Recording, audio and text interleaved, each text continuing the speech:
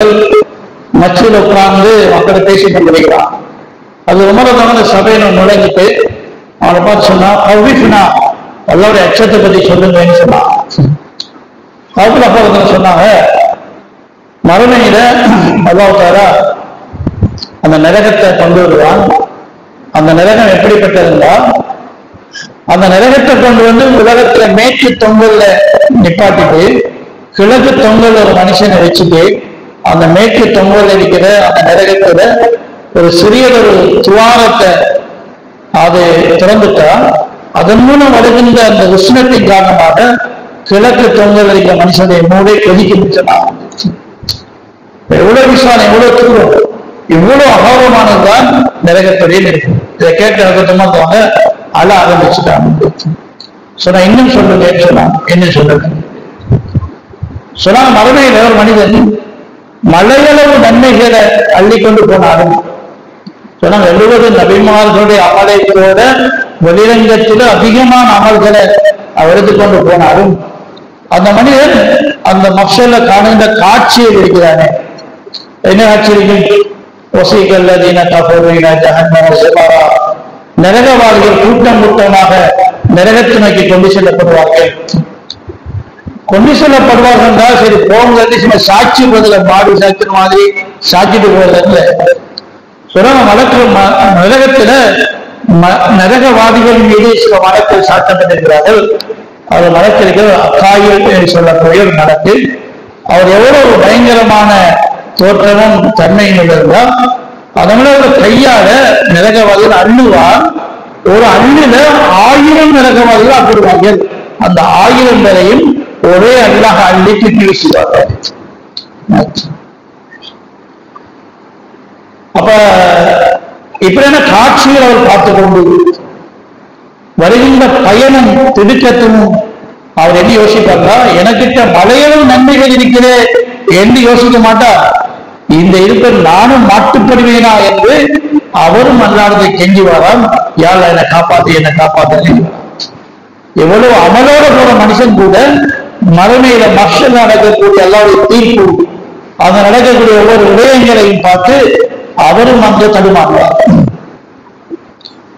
ஏன்னா அல்லாஹ் மறுமையில மனிதனை பிடிச்ச ஆரம்பிச்சா எதுவரை பிடிக்கப்படும்? மாதம் எப்படி கசிடும். மனிதர்கள் நினைச்சு கூட பார்த்திருக்க மாட்டார்கள். அப்படியான முடிவுகள் அல்லாஹ்வுக்கு தெரியாது. சாதாரண விஷயம், சின்ன விஷயம், அற்பமான விஷயம் இது கூட பிடிக்கப்படுவதே. நான் அன்றாட வாழ்க்கையில சாதாரண விஷயங்கள் சும்மா கணக்கெடுக்காம இருக்கிறேன். அதற்கு அல்லாஹ் மறுமையில எப்படியான பிடிய வச்சிருக்கிறார். நான் எல்லாம் ஒவ்வொரு சூரத்தை வைடுள்ளிக்குள்ளே ஹுமசத்தி ஹுமசா ஹுமசா ஹுமசா என்ற என்ன, இது சாதாரணமாக எல்லா மக்களும் செய்யக்கூடிய ஒரு பாவம். அப்படின்னு கண் சாடை செய்யறது. போறாது கண்ணை காட்டி பேசுமா, இவெல்லாம் அது கண் அசைகிறது, அல்லது குத்தலா பேசுகிறது. ஒரு ஆளுக்கு விஷயத்துல குத்தலா பேசுகிறது. நாம அல்லாத வாழ்க்கை சர்வ சாதனை. அதாவது சொல்லத்துல இத இந்த கண் சாடை செய்யறாக்களுக்கு குத்தலா பேசுறாக்களுக்கு வயது இருக்குது அப்படி சொல்லாமலுக்கு முன்னுக்கே வயத சொல்லியாச்சு. குற்றத்தை சொல்றதுக்கு முன்னாலே முதல சொல்லியாச்சு. கேடுதான், நரகன்தான், வயிற்றான் சொல்லிவிட்டு யாருக்கு பார்க்கிறோம் அதுதான் சொல்லப்படுது. இந்த கண்ணாலை சாடை சாட்டாது குத்தலா பேசுறார்கள் என்று பின்னால் சொல்லப்படுது. இந்த ஒரு பார்வை கூட நீ கண்ணால ஒரு ஆளுக்கு சைக்கிள் செஞ்சுகிற இது கூட விடுபடாது. இதுக்கும் நரகத்துக்கு போய்தான் வர. இந்த வாழ்க்கையில செஞ்சது அடிக்கல, கொள்ளல, அவனை பத்தி கேவலமா பேசி தெரியல, சும்மா கண்ணை காட்டி பேசுமா அவ்வளவுதான். இந்த கண்ணை காட்டின குற்றம் இருக்கிற எதுக்கு நரகத்துக்கு போய்தான் ஆகணும், போய்தான் வரணும். அல்லாஹ் பிடிக்க ஆரம்பித்தா மன்னிப்பு இல்லை. இந்த பிடிக்க ஆரம்பிச்சா ஒவ்வொரு அசைவாக பிடிக்கப்படும். அது நரகத்துக்கு போய் அதனுடைய தண்டனை அனுபவிச்சுதான் பிறந்தார். சரி, இப்படியா நடக்கிற விஷயங்கள்லாம் பார்த்துட்டு அமல்களை மலைகளை கொண்டு வந்த மனுஷன் கூட பயப்படுவானா, தப்பலாமா அல்லது நானும் மாட்டிக்கொள்வேனா? இதை சொன்ன உடனே அதுக்கு உமர் என்ன அழ ஆரம்பிப்பாங்க. சொன்னா இன்னும் சொல்லுங்க, நான் இன்னும் சொல்லுங்க.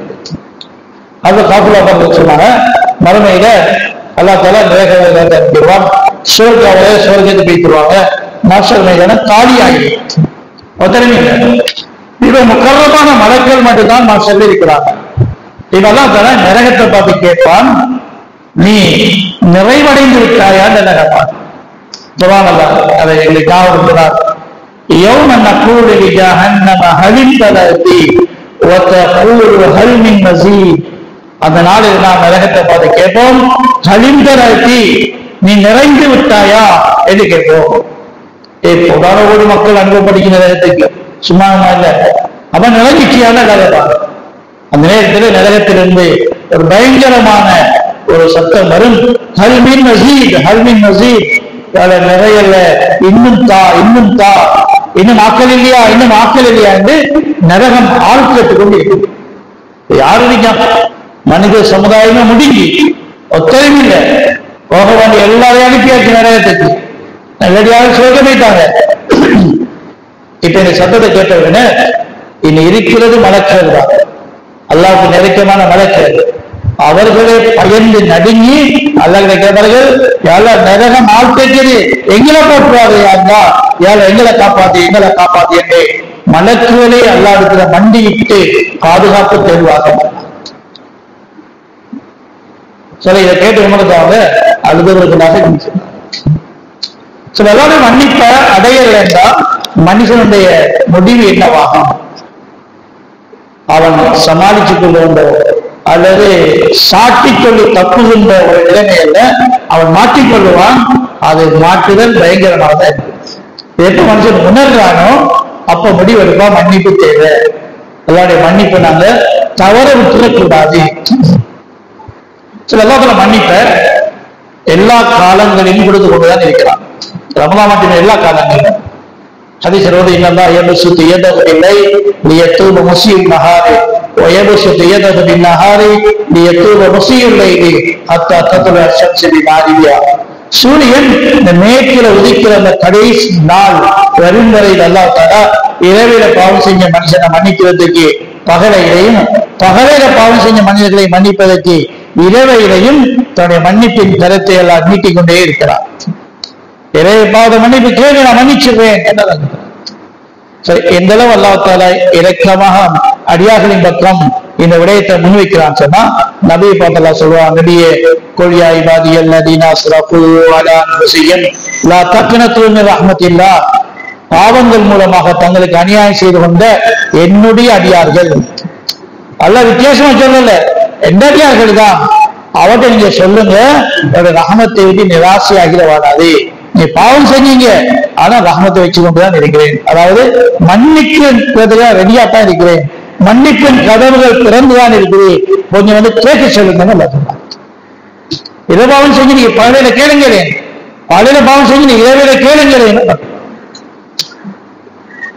அதிலும் இரவையில சகருடைய நேரத்தில் அல்லாஹ் அடிவானத்தின் பக்கம் அடியார்கள் பக்கம் கவனம் செலுத்துகிறான், இலக்கமாக நெருக்கமாக ஆகிறான். ஆகிய எல்லாம் 3 அழைப்பு கொடுக்கிறான். ஹல்மின் தாயின் பௌஜி பலகு, என் அழைக்கிறாக்கள் இல்லையா, நான் விடையளிக்கிறதுக்கு வந்திருக்கிறேன். ஹல்மின் சாயிரின், கேட்கிறாக்கள் இல்லையா, கேட்கிறீங்களா, காலத்துக்கு காத்துக் கொண்டிருக்கிறேன். ஹல்மின் முஸ்தாஃபிரின் லகு, பாவமன்னிப்பு கேட்கிறார்கள் இல்லையா, நான் மன்னிக்க ரெடியா இருக்கேன்னு எல்லாம் கேட்கிறான். அல்லாஹ் மன்னிக்கிறது காத்துக் கொண்டிருக்கிறான். ஆனா அடியார்கள் மன்னிப்பு கேட்கிறதுக்கு எண்ணம் இல்லாம இருக்கின்றாங்க. ஏன்? மன்னிப்புடைய முக்கியத்துவம் விளங்காம இருக்கிறாங்க. இந்த மன்னிப்பு தவறி போய்த்தா தண்டனை வருமே என்பதை விளங்காம இருக்கிறாங்க. சரி, அந்த தண்டனை எவ்வளவு பயங்கரமானது, அதை நாங்கள் சமாளிக்க இயலாது என்பதை அங்கு விளங்கல. சில ஒவ்வொரு குற்றத்துக்கும் அல்லாஹ் வச்சிருக்கிற தண்டனை இருக்குது. அதை நினைப்பாங்கன்னா மக்கள் அந்த குற்றத்தை செய்யறதில்லை, நினைச்சு கூட பார்க்க மாட்டாங்க. நபி ஸல்லல்லாஹு அலைஹி வஸல்லம் உதாரணத்துக்கு ஒரு மனிதனுடைய தண்டனை காட்டப்பட்டது. நிறைய பேர் அந்த மனிதன் மலக்க என்ன செய்யறாங்கன்னா, ஒரு கொக்கி ஒன்று கொண்டு வந்து அந்த வாயில வலது பக்கம் வாய் கடை வாயில போட்டு அப்படியே இழுத்துட்டா அப்படியே கிழிஞ்சி அப்படியே பின்வர காடி காது வர கடையை போகுது. பிறகு அதுக்கு பிறகு அடுத்த 2வது தரம் அந்த கொக்கியை கொஞ்சம் மூக்கு துவாரத்துக்கு உள்ளுக்கு போட்டு அப்படியே இழுத்துட்டு பின்வர கட்டி அப்படியே கிழிச்சிடாரு.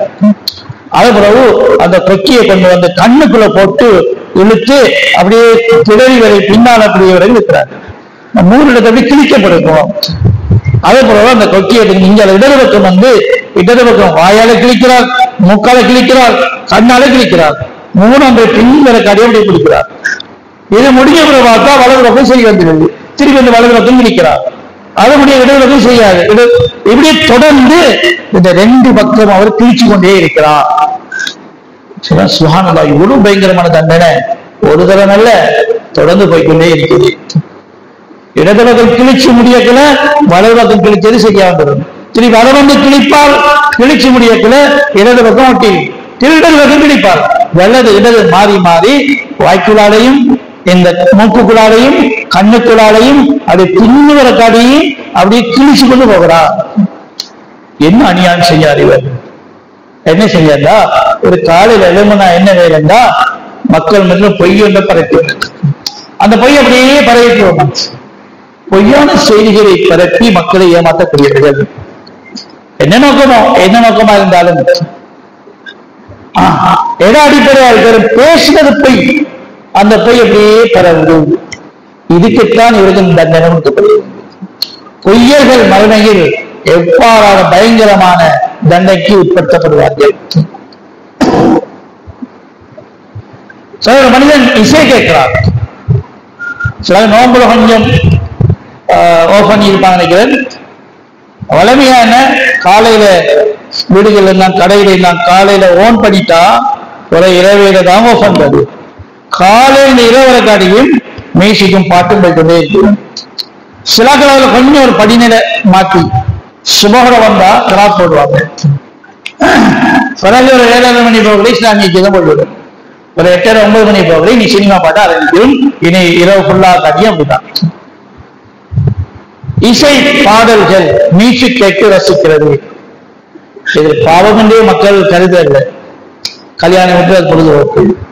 வாகனத்தை ஸ்டார்ட் பண்ண சில கலைக்கு என்ன வாகனம் அது பெட்ரோல் தான் ஓடும், ஆனா பாட்டு இல்லாமல் இவருக்கு ஓட்டேடாது. அவசரம் இன்னைக்கு அதை பழகிட்டு நீ பாட்டு போட்டு மியூசிக் போட்டாதான் வேன் ஓடும். அப்படியே பழகிட்டாங்க, பழக்கங்கள்.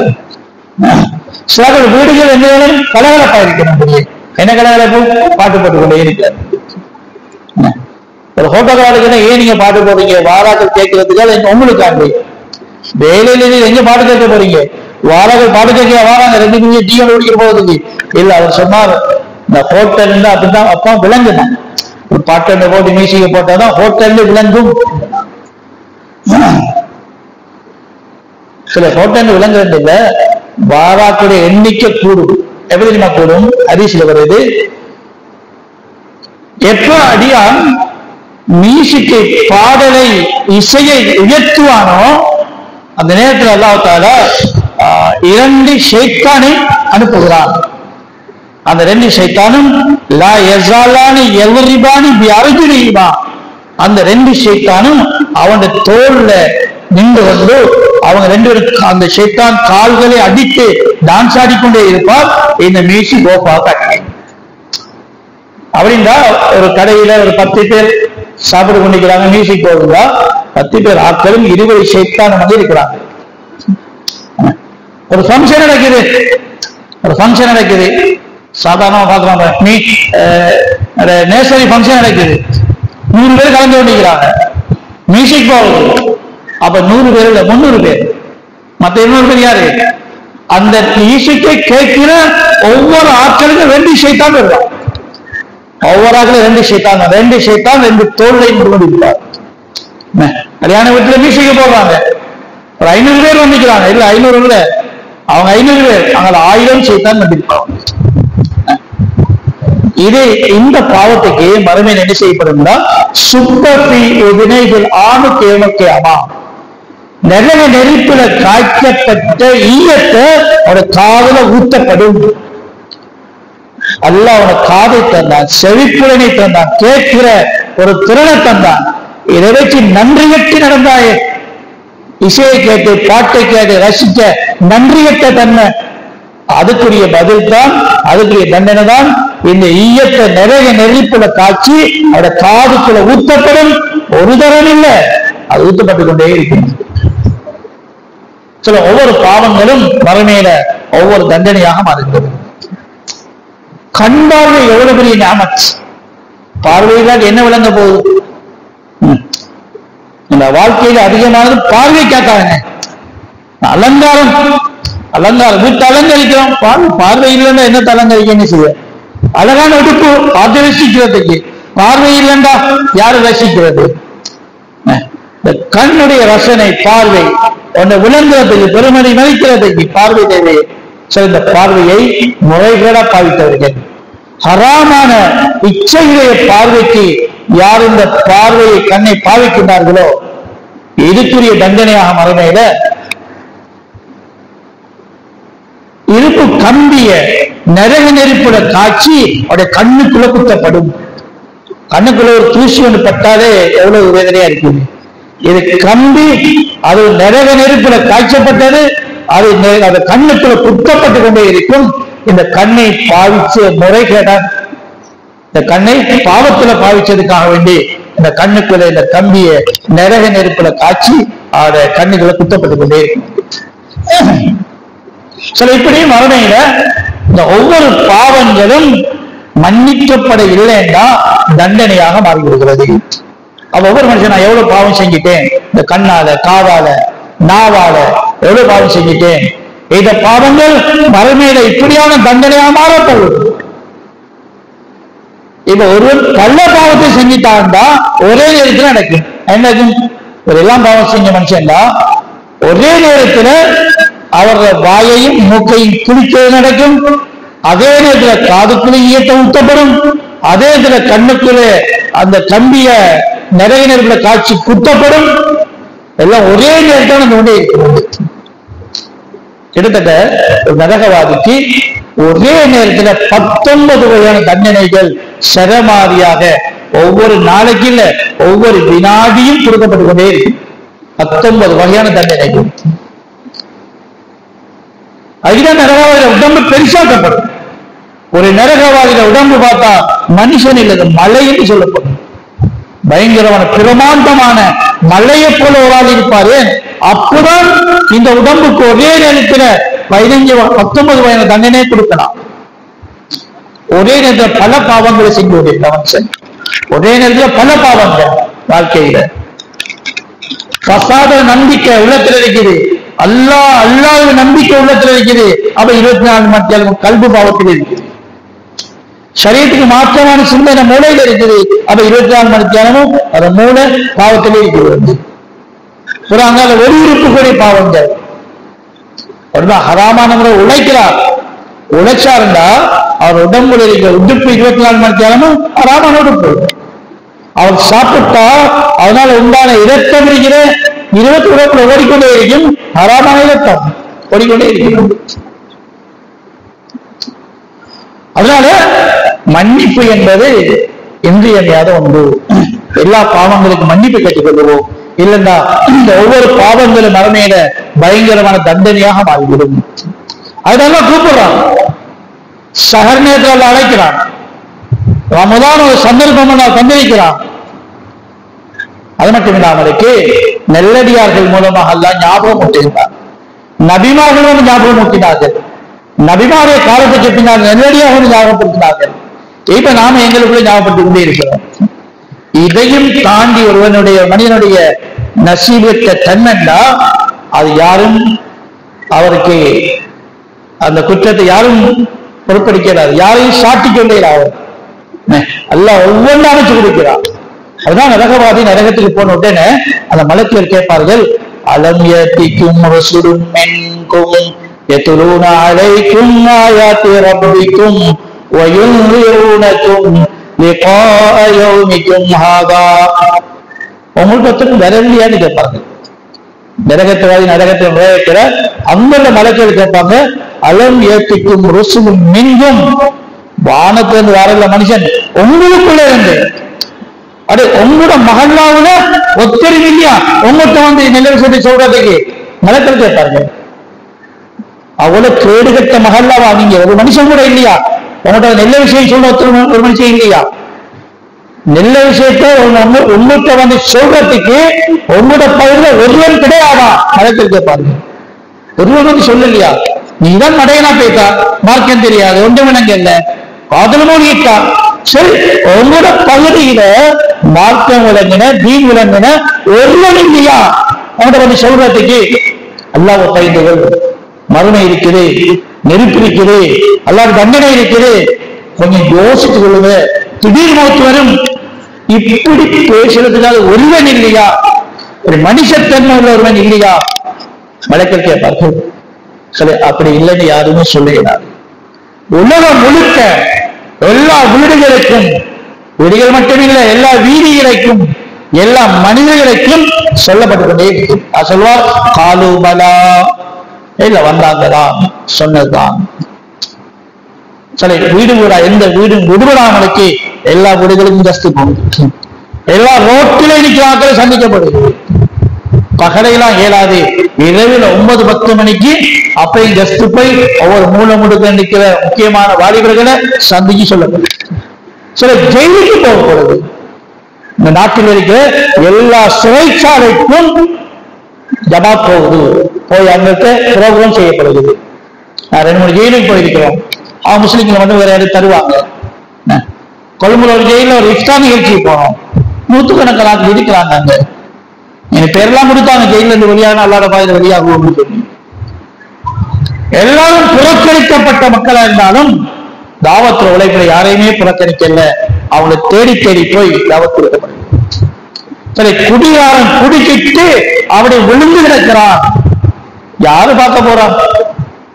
சரி, 2 நபர் அதான் ரோட்டால போய் கொண்டிருக்கிறான் கொழும்புல.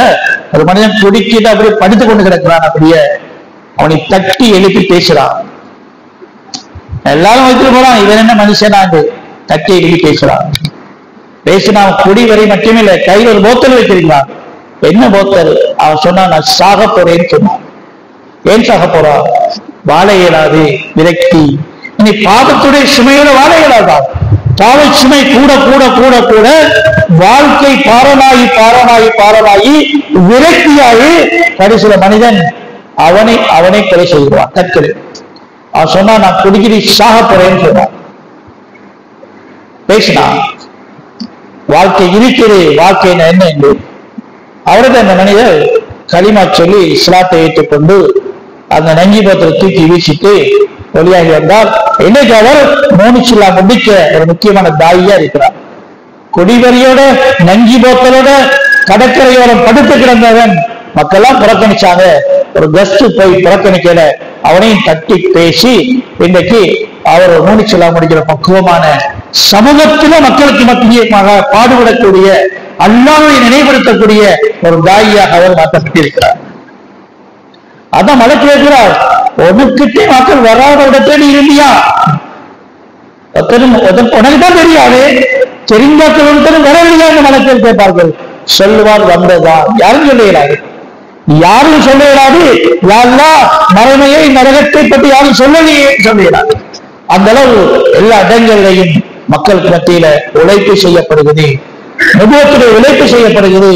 அருமை நபி ஸல்லல்லாஹு அலைஹி வஸல்லம் எப்படி அவர்களை ஏசினாலும், கல்லால் எறிஞ்சாலும், அவருடைய காலில் முள்ளுக்களை பரப்பி தைக்க வைச்சாலும், குப்பைகளை கொட்டினாலும், வைத்தியாரண்டு ஏசினாலும், அருமை நபி ஸல்லல்லாஹு அலைஹி வஸல்லம் ஒன்றுமே கணக்கெடுக்கல.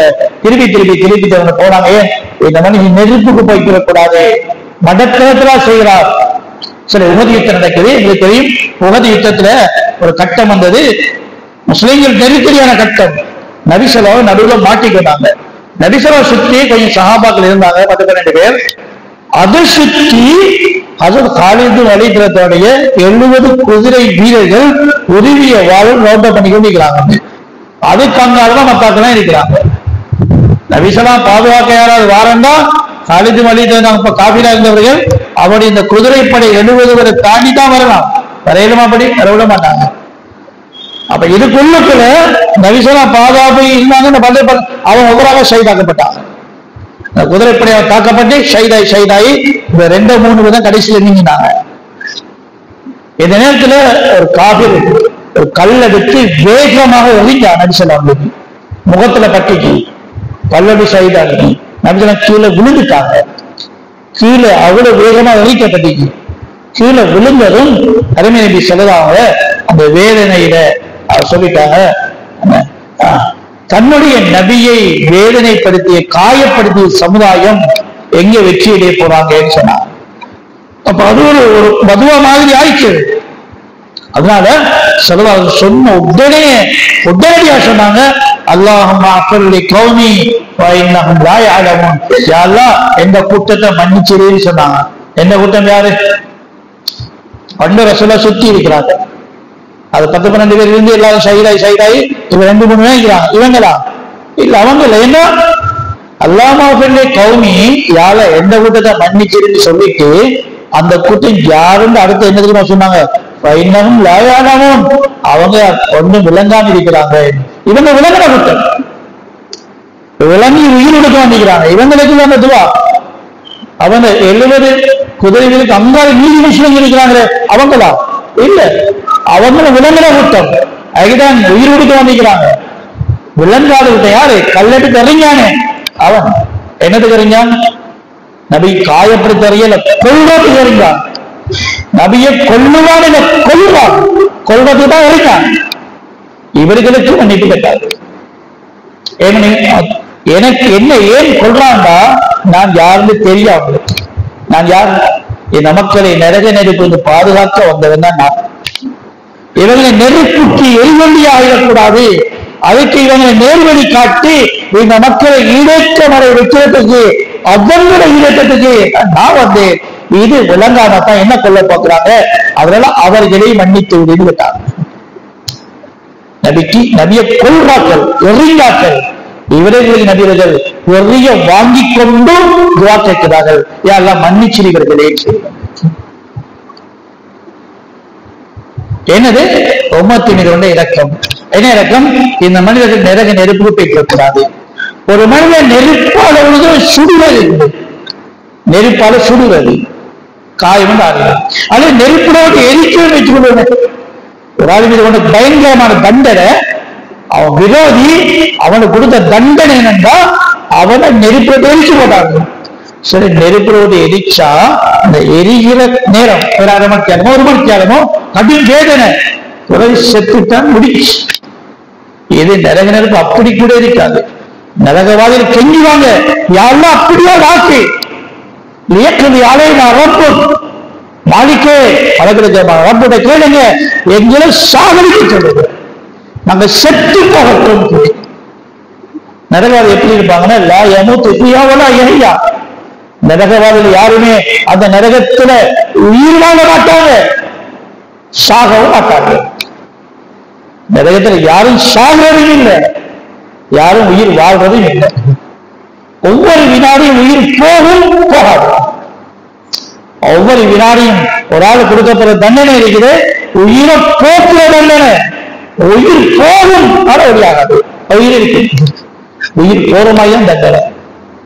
அதாவது மனுஷனை உலகத்தை உயிரோட வச்சு எரிச்சா எவ்வளவு பாவமா இருக்கும், எவ்வளவு பயங்கரமா இருக்கும். அதை பாதுகாக்கணும் என்பது அது மனுஷத்தன்மை தானே. ஒரு மனுஷன் நெருப்போடு எரிக்கிறான், யாரும் பார்த்து கொண்டிருப்பாங்களா? இல்லையே. சில இவன் நரக நெருப்பில எரிவான், சாக மாட்டான். இவனால் செத்துட்டான், விஷயம் முடிஞ்சு, அவன் சாக மாட்டான். அப்ப அவனை நெருப்பிலிருந்து பாதுகாக்கிறது எவ்வளவு பெரிய மனிதாபிமானமான தன்மை. அவனை நெருப்புக்கு போய் அந்த போய் விழுவத பாதுகாக்காம இருப்பது எவ்வளவு மனித தன்மை இழந்த வேலை உள்ளது. உங்களுக்கு தெரியும் தான், இவன் நரக நெருப்பில் எரிவான், அணையாத நெருப்பில் எரிவான், எரிஞ்சு கொண்டே இருப்பான். எவ்வளவு எரிவான், காலமே இல்லை. அது தெரிஞ்சு கொண்டும் அவனை பாதுகாப்புக்காகத்தானே இருந்தீங்க, அவனை பாவத்தை தடுக்காம தானே இருந்தீங்க. இதனாலதான் பாவிகளுடைய பாவத்துக்கு ஒரு தண்டனை இருக்குது. இதே போல பாவிகளை பாவம் செய்வதை பார்த்து கொண்டிருப்பதற்கு நல்ல மக்களுக்கு ஒரு பாவம் இருக்குது. பாவிகள் பாவம் செய்யறாங்க, அவங்களுக்கு தான் அந்த பாவத்துக்கு தண்டனை, மத்தாக்களுக்கு இல்லை. அந்த பாவத்தை பார்த்துட்டு போற ஒரு கூட்டம் நல்ல மக்கள், தீண்டாளிகள், அந்த பாவத்துக்கு கொஞ்சம் கூட பேசாமலுக்கு, கொஞ்சம் கூட அல்லாஹ்வை நினைவுபடுத்தா போறாங்களே, அதை பார்த்துட்டு போனது பாவமா பதியப்படும். உதாரணம் இன்னும் அதை கிளியரா சொல்றேன்னா, பாங்க சொல்லி தொலை வந்தோம், தொலை வந்த எல்லோருக்குமே தொழுதல் என்ன கிடைக்கும். சொல்லாம இருந்த எல்லாருக்குமே தொழுகையை விட்ட பாவம் பதியப்படும். ரெண்டுக்கு மேல என்ன தெரியும், அதை மக்கள் யோசிக்கிறதுல பேசுறதும் இல்லை. என்ன தெரியுமா, எகில வீட்டுல நாங்க தொலை வந்தோம், இன்னும் 2 பேர் தொலை வரல இருக்கிறாங்க.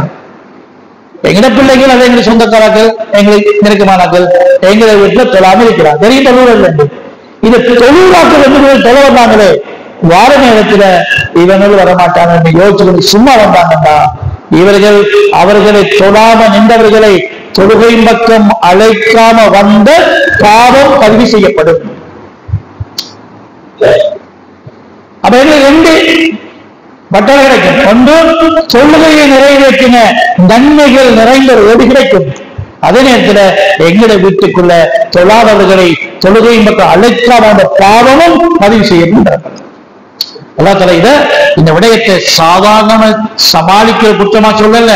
வனீஸ்வரர்கள தீண்டார்கள், வளமாக்கள், நல்ல மக்கள், அவர்கள் எல்லாமே செய்து கொண்டு பாவம் செஞ்ச மக்களை கணக்கெடுக்காம தெரிஞ்சாங்களே, அதை பற்றி குர்ஆன் அல்லாஹ் சொல்லுகின்ற பொழுது எவ்வளவு கேவலமா சொல்றாங்கன்னா, அந்த தீண்டார்கள் எல்லாம் செஞ்ச வேலை இருக்கிறே, பாமர மக்கள், தீன் விளங்காத மக்கள் பாவத்தில் இருந்ததை பார்த்து கொண்டு போனது இருக்கிறே, அது எப்படியான செயல் என்றால் லபீசமாக்காம இஸ்லாமோ, அவங்க செஞ்ச கீழ்த்தரமான இழிவான வேலைன்னு எல்லாம் சொல்றாங்க.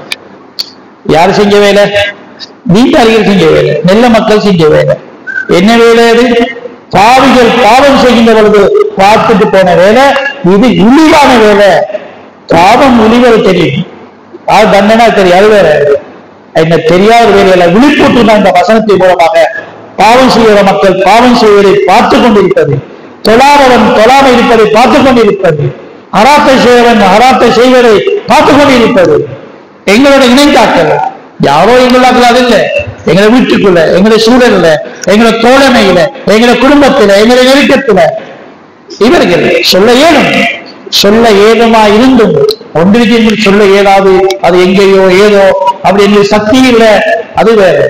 ஏழுமா இருந்தும் சொல்லாம இருந்திருக்கிற இவர்கள் செய்கின்ற இழிவான வேலை என்றெல்லாம் இந்த வேலை செய்து காட்டினார். இதை மக்கள் உணராத ஒரு விஷயம்.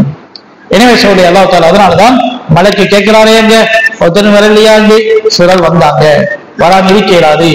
ஏன்? மற்ற மக்களுக்கு தீனை சொல்லுவது, தீன் இல்லாத மக்களுக்கு தீனை விழிப்புறுத்துவது அது முக்கியமான ஒரு கடமை. அதை தவறு செய்வது, அதை செய்யாம இருப்பது, அது கேவலமான ஒரு செயல் என்பதாக இந்த ஆயத்தை இடித்திருக்கிறது. சரி, அதனால அல்லாஹ்வுடைய தீன் ஹயாத்தாக்கப்பட வேண்டும். ரமலானுடைய மாசம் சரி, அல்லாஹ் மன்னிப்பை நெருக்கமாக்கி வைத்திருக்கிறான். மன்னிப்புக்குரிய காலம், அல்லாஹ் மன்னிப்பை தருவான். அது அந்த மன்னிப்பு என்பது சும்மா கிடைக்காது, அமல் செஞ்சுதான் மன்னிப்படையணும். அதுக்கு அமல்களை ஈடுபட வேண்டும். அதனால அமல்களை எங்களை பயிற்றுவிக்கணும். திலாவத்தில, திக்ர்ல, தொழுகையில எங்களை பயிற்றுவித்து இந்த அமல்கள்ல எங்களை ஈடுபடுத்தி மன்னிப்பு கேட்கணும். சும்மா ஒரு மணி வந்து எல்லாம் பாடமாக்கி கேட்டது மன்னிப்பு கிடைக்காது. மன்னிப்பு கேட்கிறது என்பது உணர்ந்து கேட்க வேண்டும். உணர்ந்து சும்மா கேட்கறது இல்லை, அமல் செஞ்சு கேட்கணும். தொழுதுக்கு மன்னிப்பு கேட்கணும், திலாவத் செஞ்சுட்டு, திக்ர் செஞ்சுட்டு,